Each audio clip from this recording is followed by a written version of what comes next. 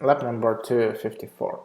In this lab, we will finish our quick win scenario with adding security on top of our call to backend. So actually, the first thing that we will change is we will change the adapter XML config. As you remember, our adapter was configured to have no security, and we will define the security using the scope, and we will assign it to, well, let's say to something like restricted data. Let's have something like this. And basically this scope restricted data is analog of how it was before with security test, but this time because mobile first platform 8.0 beta uses OAuth, open authentication to 0, so this scope will be assigned to some kind of security check. So we will need either create it, either use one of the examples, and we will follow the second scenario. So let's go to our console.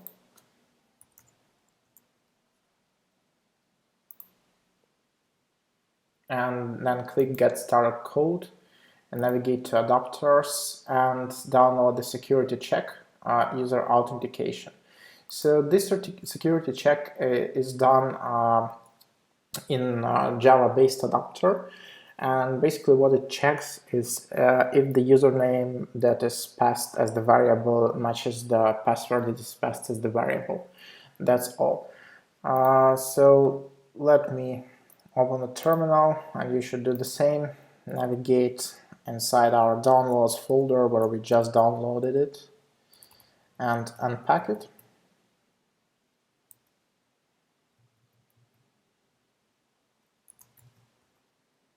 And then we can move this user login inside our dev workspaces HM, and we can go there also.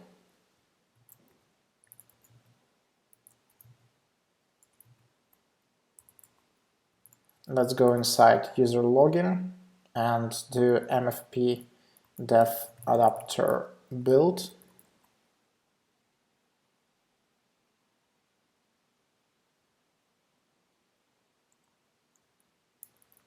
And then adapter deploy. And while it's deploying, let's take a look at the code on this adapter. So in this user login, we have a similar structure. We also have the src file in which there is the adapter XML, and actually we have the Java file in which we have our code. So as I said, it's pretty easy right now. It's only compare if the username is equal to password, and if it is, then we kinda authenticated. If it's not, that we are not authenticated. One more interesting thing is that we are also able to provide remaining attempts, so we are able to check how many attempts there are left before our user will be blocked. So let's go back to the console, refresh the page and see if our adapter has been deployed. Yeah, we have user login.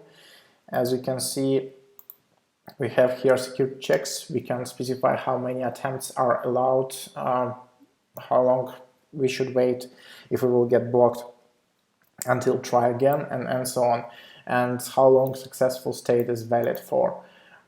We also can see configuration file right from here, which is also really cool.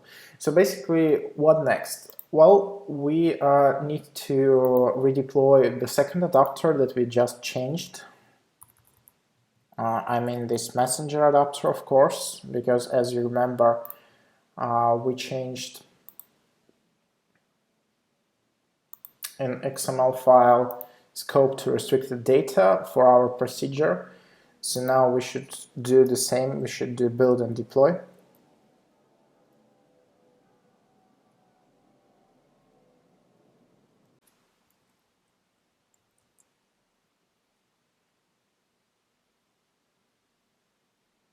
And in order to secure it with the security check user login that was defined in user login adapter, we need to go back to console, navigate to our application, to the security tab, and then perform scope elements mapping. So we need to click create new and type the name that we typed in this XML. So this is the restricted data, and we will map this restricted data to user login as a security check. So once some data will be requested with the scope restricted data, it will be actually redirected to user login, a security check.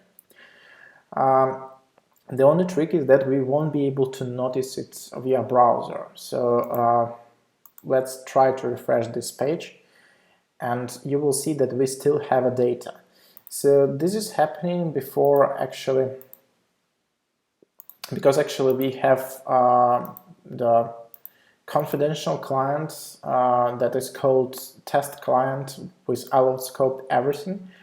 That is assigned to this dev preview by default. So in order for us to test security, we should actually run it on real device. In the browser, we always will be redirected to get real data. If we will remove this test client, then we won't be able to get data. So let's test. Let's, for example, remove the scope or set it to something like 1, for example, and then refresh the page. So you can see that now we are unauthorized. So let me put it back.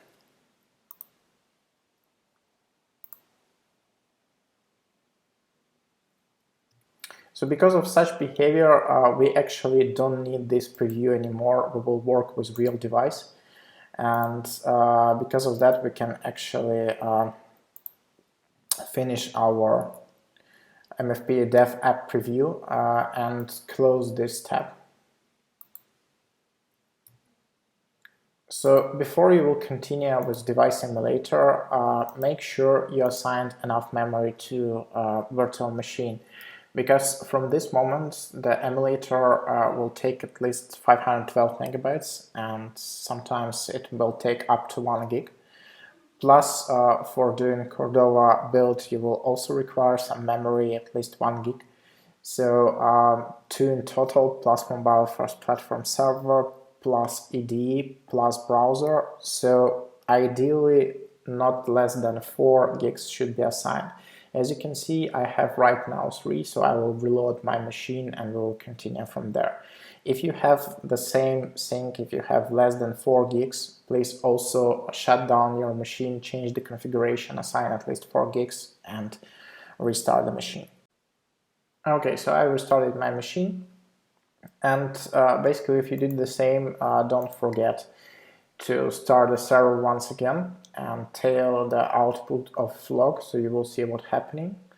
And also don't forget to launch gulp watch task to watch the changes, because we will also launch live reload on real device, just with different way of doing so. And you will need to watch the changes in app directory to be able to override the www build directory. And basically, before we will continue, we will launch the emulator. So for that, let's go to main menu, programming, and then Android emulator. And then select the Nexus 5 and click start.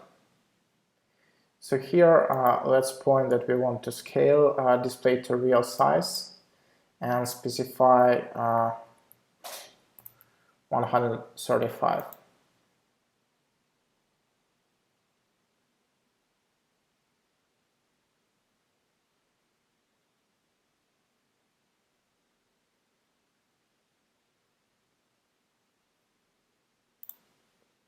So while our emulator is starting, we can do some additional tasks that are required.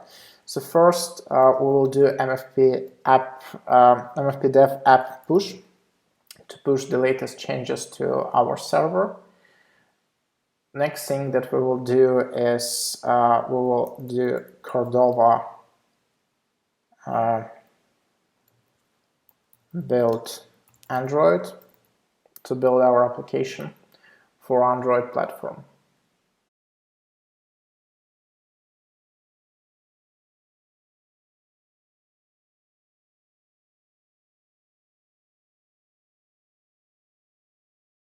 So on video, I speeded up this process 30 times. For me, as you can see, it took almost 6 minutes.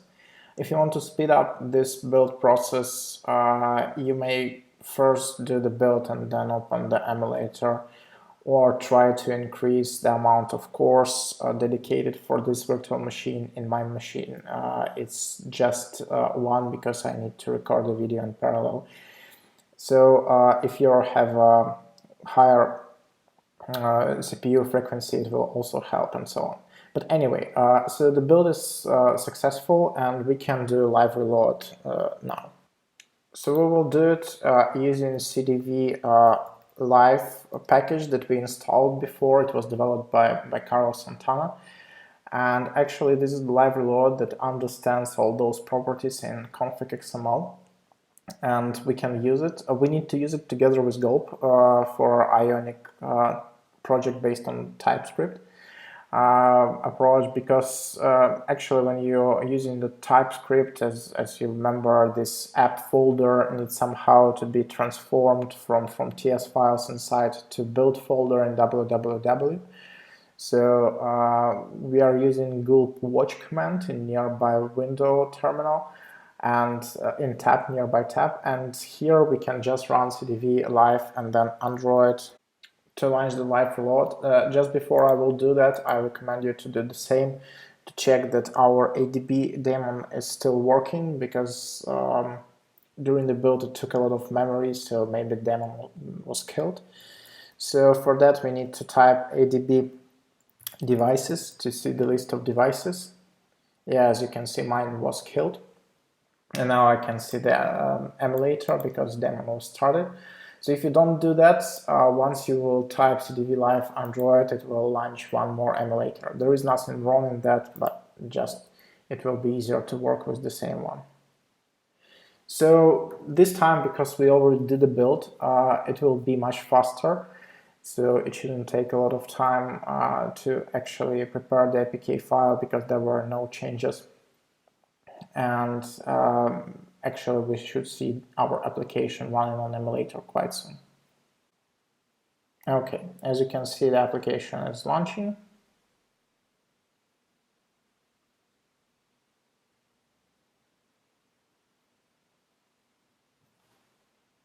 Okay, and we see our tabs.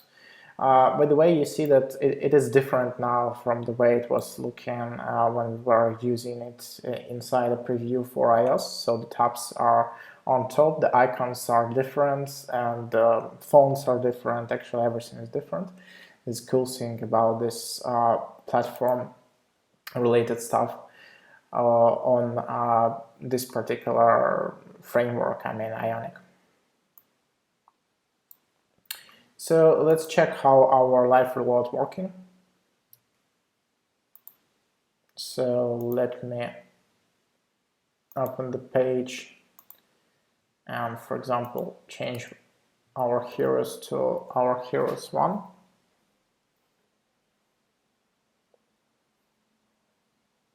It will take some time until watch will work, but eventually in 5 seconds we should see the live reload working. And yeah, as you can see, it is working. Quite cool. Let me just change it back to our heroes. And we also should be aware that right now we probably got issue because we secured with scope our procedure that we are unauthorized. To check that, let's open Chrome browser and navigate to Chrome,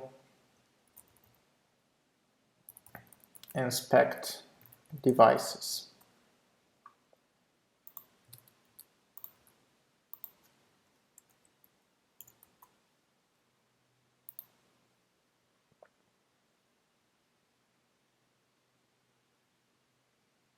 So from there we can actually launch a console that will help us to debug issues.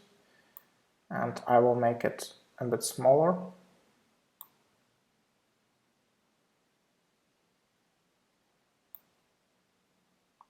So as you can see, we cannot get our rating. So in order to be able to get it with set as scope and assign to security check, we actually need to define the handler for those. So we will be doing that in app.ts file. So once we actually got the WL init finished and called the MFP init, let's also call the something like auth init or init auth to actually init the authentication stuff. So let's call it init auth init, just like that.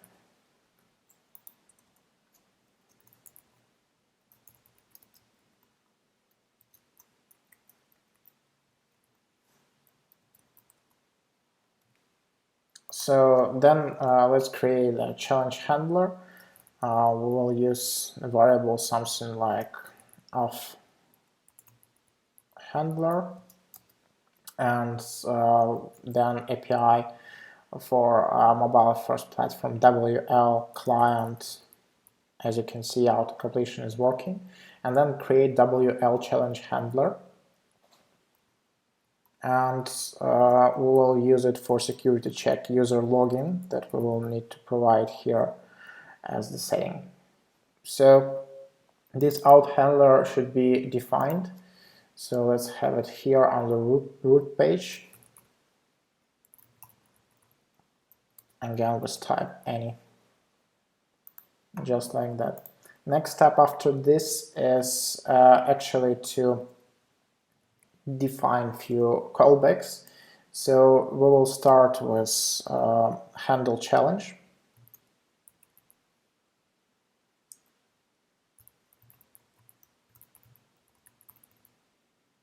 Just like that. And our Angular 2 construction for then will be looking this way.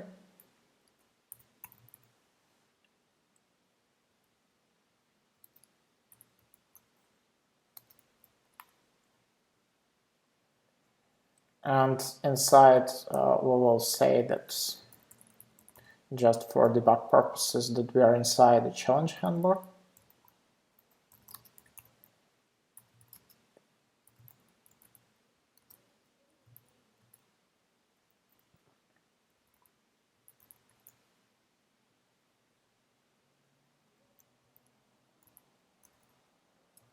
And basically we can save this app.ts file to see what's happening with our application.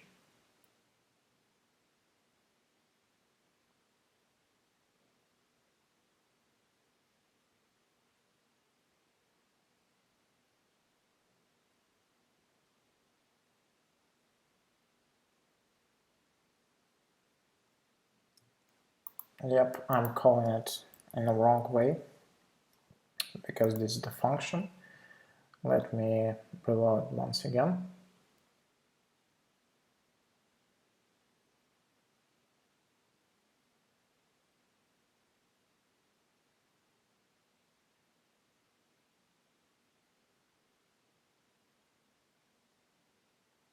Okay, and as you can see now we are inside handle challenge. Cool. So what we can do here is actually display some kind of window where we will be able to enter a username and password. So for that we will use the Ionic alert component, which is a really interesting solution because in alert way, so like alert on the app, you will be able to define several input fields, pictures and so on, and buttons, which is kind of cool. So right from here inside handle challenge, let's call it. Let's name it something like display login function that will actually do displaying of this alert. And then of course we will need to define it somewhere.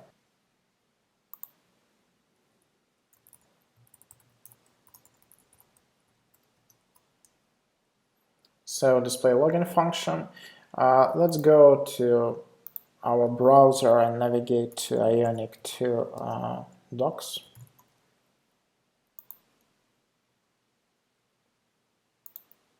And from there, let's take a look on alerts. So we are interested in prompt alerts. This is the way how it's defined.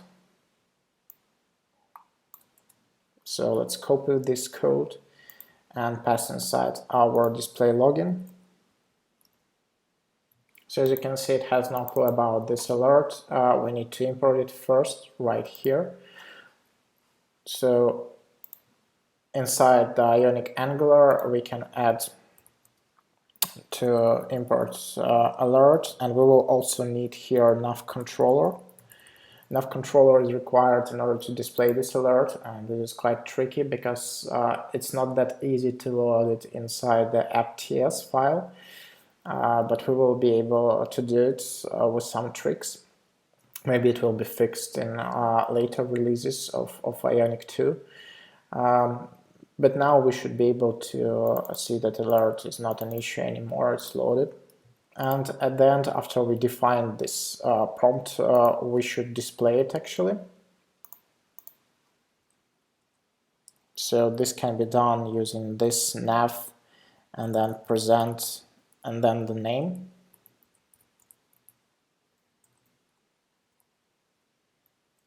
So the issue is this nav. So it is a reference. It should be a reference to nav controller, and we will need to create that. So we will do it using a trick with Ionic app and get component API. So here we will also load Ionic app and then add a reference. Let's call it app to this Ionic app. Then we will define two variables. So one will be nav any, and second will be app any, that we will use later on. And right here we can say that this variable that we just declared app will be equal to app that we referenced here. And next step for us is actually to get the navigation. So this can be done by defining one more function. This is the part of Ionic API. So we can define it using ng after view init. So this one will be called once we had a view init. So once you see this basic page from which tabs page will be loaded. And once view init completed, we able to access the navigation, the root template navigation component, and we'll access it using app get component, and everything that we got from there we will assign to nav. So this app get component, and then we need to define some kind of ID for that to get this navigation. So let's have something like my nav here, and basically it should be defined down here in template Ionic nav. So we should provide here the same ID, my nav, just the same way as we did here. So after doing that, we should be able to present this alert. So let's check. I will save this app.ts file, and hopefully we will see alert with one input field for title.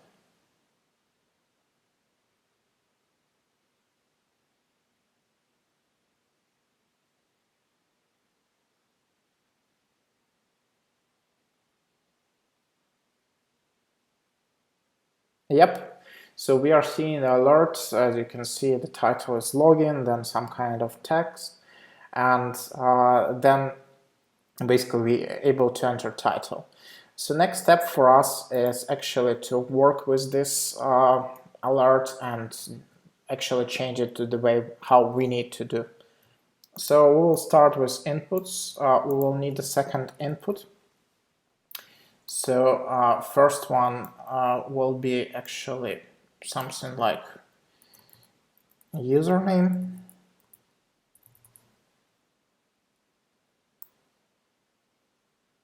with title username, and the second will be password.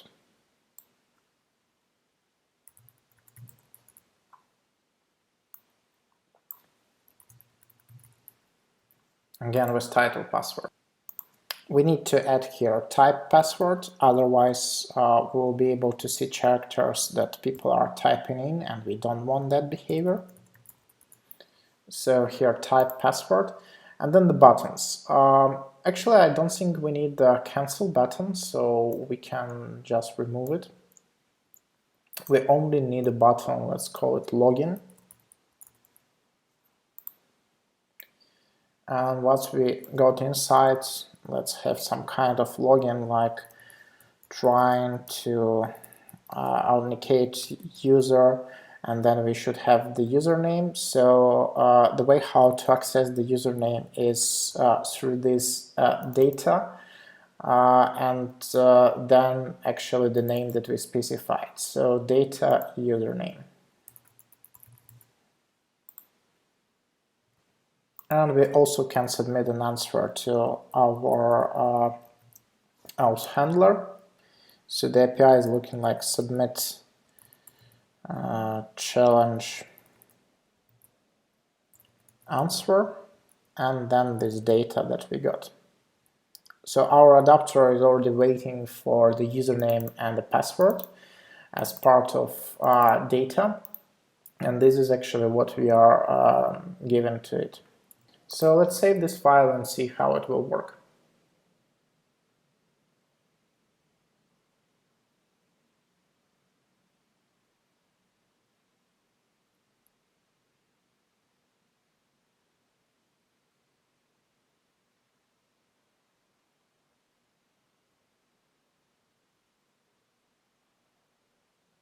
Okay, so we are seeing the username and the password. As you remember, the task is to enter the equal username and the password. So let me enter upper Q and upper Q again for a password and click login. And we should be able to get inside and get a response. And yes, we got a response. Excellent. And now let's add some kind of error if we get the wrong username and the password. So we will define it in our handle challenge. And basically the way how to do it is work with this response that we got as part of challenge. So we need to check if that response has this thing called error message. So if that error message is not equal to null, we should actually work with it. So it means that we got some kind of error. So let's define a variable, let's call it message, for example, and we will assign to this message response error message that will be defined if error message is not equal to null. So this will be a first line, and for example let's have also one more line. It understands HTML, so we can enter here new line tag. And the next thing that we can do right here is to calculate remaining attempts. So this can be achieved in the following way. We can add to existing message something like remaining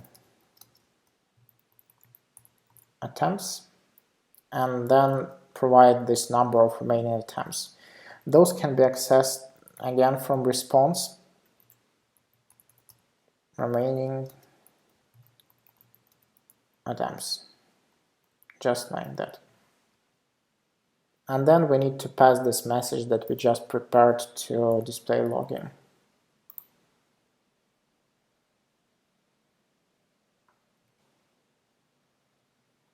And then inside display login we need to accept it. And let's replace the message here with this message that we got as an input. So let's see how it will work.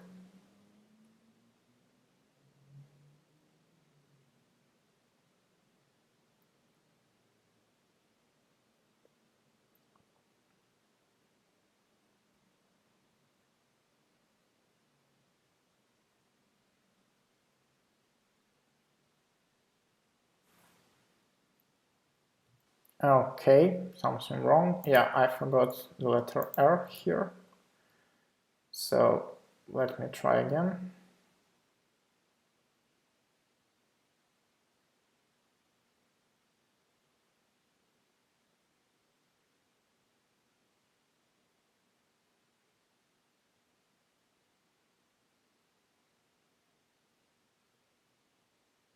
Yep.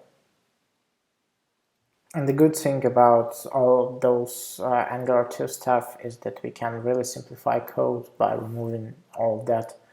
So if response error message actually exists, then it will be displayed. So again, really simplification of the process of doing development.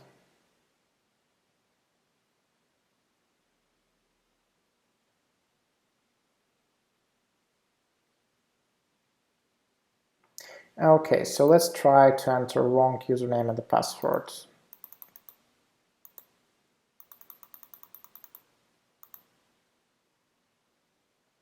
Yeah, so we are seeing that this is the wrong credentials. Something wrong with remaining attempts, and yes, this is my typo.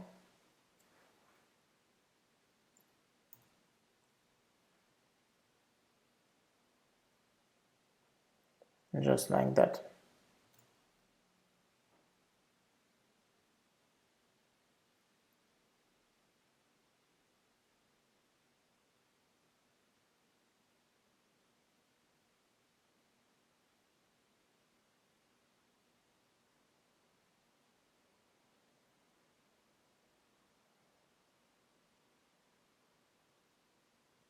Yep.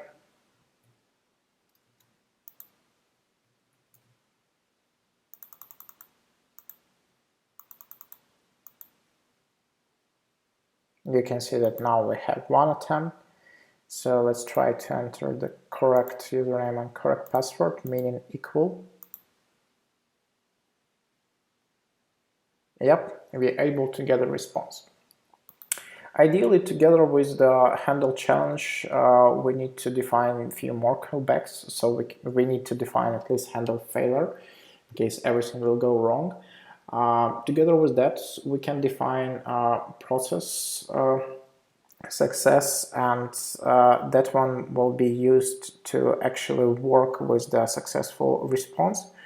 But because we don't have anything to do there, we will just ignore that, and handle failure we will just ignore for a sake of time. So basically that's it. With this lab, we just finished the quick win scenarios, and we will continue development of this mobile application in other labs. Thank you.